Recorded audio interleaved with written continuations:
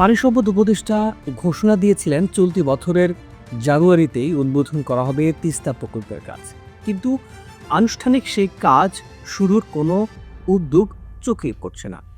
যদিও কয়েকদিন আগে তিস্তা পার ঘুরে গেছেন পানি সম্পদ উপদেষ্টা সৈয়দা রিজওয়ানা হাসান এবং চীনের রাষ্ট্রদূত ইয়াওয়ে। ভূরাজনীতির মারপ্যাচে বারবার আশাহত হতে হচ্ছে এই অঞ্চলের মানুষদের। যদিও বুক ভরা প্রত্যাশা নিয়ে অপেক্ষার প্রহর গুনছিলেন পুরো দেশের মানুষ। অন্তর্বর্তী সরকারের আমলে এই কাজটি চালু করার প্রতিশ্রুতি দেয়া হলেও অবশেষে এই সরকারের আমলে আর তিস্তা প্রকল্পের কাজ শুরু হচ্ছে না, এটা মোটামুটি নিশ্চিত। এদিকে জানুয়ারিতে কাজ শুরু না হওয়ায় চারিদিকেই নানান আলোচনা সমালোচনা শুরু হয়েছে। নেটিজেনরা বলছেন, আগামী জাতীয় সংসদ নির্বাচনের পর রাজনৈতিক সরকার এই প্রকল্প বাস্তবায়ন করতে পারবে, নাকি গেল কয়েক দশকের মতোই আশ্বাসেই আটকে থাকবে এই মেগা প্রকল্প। প্রিয় দর্শক, আসসালামু আলাইকুম, আমি শাহাদাত হোসেন আছি আপনাদের সাথে। সবশেষ তিস্তায় চীনের কারিগরি টিম যে কাজ শুরু করেছে তার আপডেট জানিয়েছিলাম আপনাদের। সম্প্রতি তিস্তা নদী এলাকা পরিদর্শন করেছেন চীনা রাষ্ট্রদূত ইয়াওয়েন ও পানি সম্পদ মন্ত্রণালয়ের উপদেষ্টা। আজকের এই প্রতিবেদনে আমরা বেশ কিছু আপডেট জানাবো আপনাদের। কোন প্রক্রিয়ায় কিভাবে বাস্তবায়ন হওয়ার কথা এই মেগা প্রজেক্ট, তাছাড়া কি বলছেন চীনের রাষ্ট্রদূত এবং উপদেষ্টা, সেই বিষয়গুলো জানাবো আজ। আশা করি শেষ পর্যন্ত সঙ্গেই থাকবেন।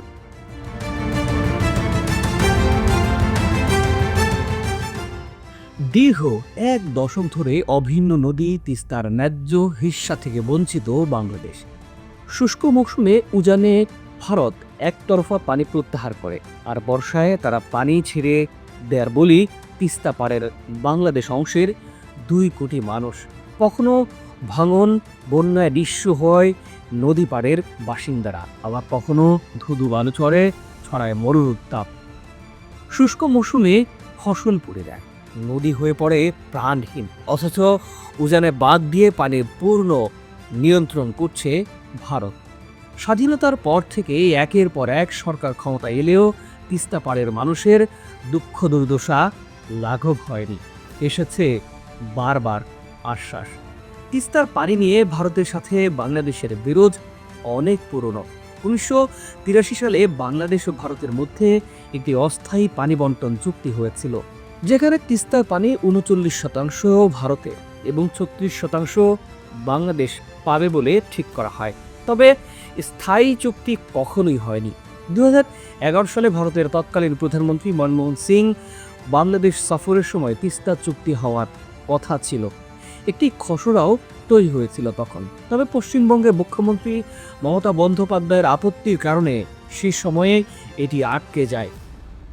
বাংলাদেশ বিভিন্ন সময় এই বিষয়টি ভারতের কাছে তুলে ধরলেও চুক্তির বিষয়টি আর এগোয়নি।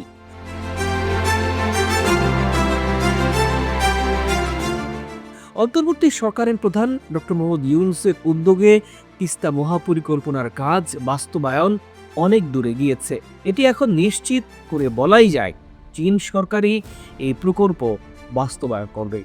বহুল প্রত্যাশিত এই কাজের অংশ হিসেবে বাংলাদেশ ঘুরে গেছেন চীনের বেশ কয়েকজন বিশেষজ্ঞ। ঋণ সহযোগিতার প্রতিশ্রুতিও দিয়েছে বেইজিং। তিস্তা মহাপরিকল্পনায় ভারতকে বাদ দেওয়া হয়েছে। ডক্টর ইউনূসের চীন সফরে তিস্তা মহাপরিকল্পনা বাস্তবায়ন নিয়ে চুক্তি হওয়ার জোর সম্ভাবনা দেখা দেয় তখন। সেই সফরে চুক্তি না হলেও বিষয়টি নিয়ে আলোচনা এগোয় অনেক দূর। চীনের সাথে কয়েক দফা আলোচনার পর জানুয়ারিতে তিস্তা মহাপরিকল্পনার কাজ শুরু হওয়ার ঘোষণা দেন পানি সম্পদ উপদেষ্টা। তবে শেষ পর্যন্ত শুরু করা যায়নি কাজ। এ বিষয়টি নিয়ে সরেজমিন চীনের রাষ্ট্রদূতকে সাথে নিয়ে তিস্তা পাড়ে আসেন উপদেষ্টা। তিনি বলেন, তিস্তা প্রকল্প নিয়ে ভালো করে যাচাই বাছাই চলছে, যাতে কোনো ভুল না হয়। যাচাই বাছাই প্রক্রিয়া শেষ না হওয়া পর্যন্ত এই প্রকল্পটির কাজ শুরু করা যাচ্ছে না। তিস্তা প্রকল্প বাস্তবায়নে বাংলাদেশ ও চীন সরকার প্রতিশ্রুতিবদ্ধ বলেও উল্লেখ করেছেন তিনি। জানুয়ারির মধ্যে শুরু হচ্ছে না, কিন্তু কোনোভাবেই হতাশা ছড়ানো যাবে না, কারণ উনি এই প্রকল্পটা করার ব্যাপারে চীন সরকার, বাংলাদেশ সরকার উভয়ই প্রতিশ্রুতিবদ্ধ বলেই আমরা দুজন আবার আপনাদের কাছে এসেছি। হ্যাঁ, এবং এই কথাগুলো আবার বলতে এসেছি যে এই প্রকল্পটা হবে। এই প্রকল্পটি পরিদর্শনের পর চীনের রাষ্ট্রদূত ইয়াওয়েন বলেছেন, তিস্তা প্রকল্প বাস্তবায়নে চীনের নীতিগত সিদ্ধান্ত নেওয়া হয়েছে। এটি একটি বড় প্রকল্প, বিজ্ঞানসম্মতভাবে এটি পরীক্ষা নিরীক্ষা করা হচ্ছে শেষমেশ। তিনি আশা করেন নির্বাচিত সরকার প্রকল্পটির ধারাবাহিকতা বজায় রেখে কাজ চালিয়ে যাবে।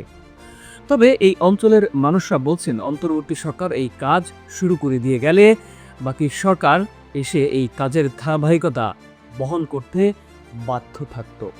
তিস্তা প্রকল্প শুধু পানি ব্যবস্থাপনার উদ্যোগই নয়, বরং এটি একটি সংবেদনশীল ভূ রাজনৈতিক ইস্যু। ইন্দো প্যাসিফিক ইকোনমিক ফ্রেমওয়ার্কে যুক্তরাষ্ট্র ও ভারত বাংলাদেশকে টানতে চাইছে। অন্যদিকে চীন পাকিস্তানের সঙ্গে নতুন ফোরামে বাংলাদেশকে দেখতে চায়।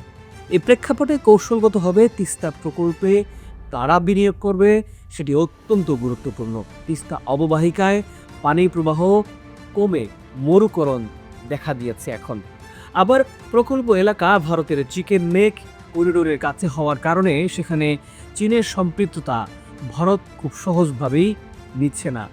তবুও বাংলাদেশের জাতীয় স্বার্থে পানি ব্যবস্থাপনা নিয়ে বৃহত্তর উদ্যোগ জরুরি হয়ে পড়েছে। কারণ ভারত এই মধ্যে পাকিস্তানের সাথে সিন্ধু চুক্তি স্থগিত করেছে, চীন ব্রহ্মপুত্রে বৃহৎ বাঁধ নির্মাণ করেছে, আর ভারতও একই পরিকল্পনায় এগোচ্ছে। ভাটির দেশ হিসেবে বাংলাদেশ বেকায়দায় পড়লেও তিস্তা প্রকল্প কিছুটা হলেও স্বস্তি বয়ে আনতে পারে। তিস্তা নিয়ে 2016 সাল থেকেই লেগে আছে চীন সরকার। প্রকল্পের সমীক্ষার কাজ আগে থেকেই সেরে রেখেছে চীনের রাষ্ট্র নিয়ন্ত্রিত সংস্থা পাওয়ার চায়না।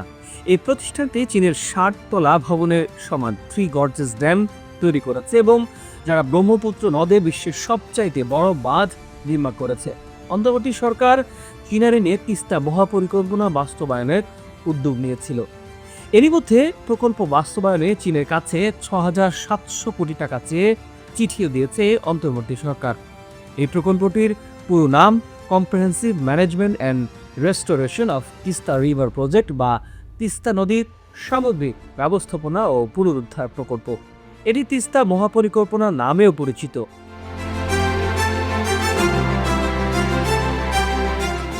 এর আগে এই মহাপরিকল্পনা বাস্তবায়নে চীন ও ভারত দুই দেশেই আগ্রহ দেখিয়েছিল, কিন্তু ভারত বারবার সমীক্ষায় অংশ নেয় বা কিভাবে এই প্রকল্পে যুক্ত হবে তা নিয়ে টালবাহানা করতে থাকে। অর্থাৎ এই প্রকল্পটি পেছানোর জন্য সময়ক্ষেপণ করতে থাকে ভারত।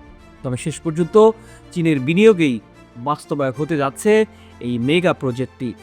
এই প্রকল্পের নথি অনুযায়ী তিস্তা প্রকল্পের প্রথম পর্যায়ে বাস্তবায়ন ব্যয় হবে $75 কোটি, যা বাংলাদেশি টাকায় 9,150 কোটি টাকার মতো। এর মধ্যে চীনের কাছ থেকে ঋণ চাওয়া হয়েছে $55 কোটি, যা বাংলাদেশি টাকায় 6,700 কোটি টাকা। বাকি টাকা সরকারি কোষাগার থেকে দেয়া হবে। প্রিয় দর্শক, যেভাবে বদলে যাবে এই উত্তরের জনপদ, তিস্তা প্রকল্প বাস্তবায়ন শুরু হলে উত্তরের অর্থনীতিতে নতুন গতি আসবে, এটা নিঃসন্দেহে বলাই যায়। লালমনিরহাট, নীলফামারী ও রংপুর জেলাগুলোতে বড় ধরনের উন্নয়ন কার্যক্রম এগিয়ে চলছে। নীলফামারীতে চীনের সহায়তায় গড়ে উঠছে বিশ্বমানের একটা হাসপাতাল। ঢাকা রংপুর এক্সপ্রেসওয়ের কাজ প্রায় শেষ পর্যায়ে। সৈয়দপুর বিমানবন্দর আন্তর্জাতিক রূপ পাচ্ছে। লালমনিরহাটে তৈরি হওয়ার কথা সামরিক বিমান ঘাঁটি ও প্রশিক্ষণ কেন্দ্র। পাশাপাশি চীন, তুরস্ক ও কাতারের বিনিয়োগে উত্তরবঙ্গেই স্থাপিত হতে পারে সামরিক অস্ত্র এবং ড্রোন কারখানা। এমনকি ঠাকুরগাঁওয়ে পরিত্যক্ত বিমানবন্দরও চালুর উদ্যোগ নেওয়া হয়েছে অন্তর্বর্তী সরকারের পক্ষ থেকে। সবকিছু মিলিয়ে আগামী কয়েক বছরে উত্তরবঙ্গের চেহারা পাল্টে যাবে উন্নয়নের অগ্রযাত্রায়, যদি আগামী সরকার এসব প্রকল্পগুলো চালু রাখে বা এগিয়ে নিতে চায়। তবে মূল কথা হলো, আগামী জাতীয় নির্বাচনের পর রাজনৈতিক দল সরকার গঠন করলে অন্তর্বর্তী সরকারে নিয়ে এসব প্রকল্প বাস্তবায়নে ভারতের বাধা কিংবা আপত্তি উপেক্ষা করার অভিপ্রায় কিংবা সাহসের উপর নির্ভর করবে। তবে দেশের আপামর মানুষের ইচ্ছা সব বাধা বিপত্তি উপেক্ষা করে বাস্তবায়ন হোক এই সব স্বপ্নের প্রকল্প। প্রিয় দর্শক, সব মিলিয়ে তিস্তা মহাপরিকল্পনা নিয়ে আপনার মতামত জানাবেন আমাদের। ভারত কি বাধা হয়ে দাঁড়াবে শেষ পর্যন্ত এই তিস্তা মহাপরিকল্পনায়? সত্যি কি বদলে যেতে যাচ্ছে এই উত্তরবঙ্গের চিত্র? নিশ্চয়ই আমাদের জানাবে। আজ এ পর্যন্তই। ভালো থাকুন, সুস্থ থাকুন, দেখা হবে পরের পর্বে।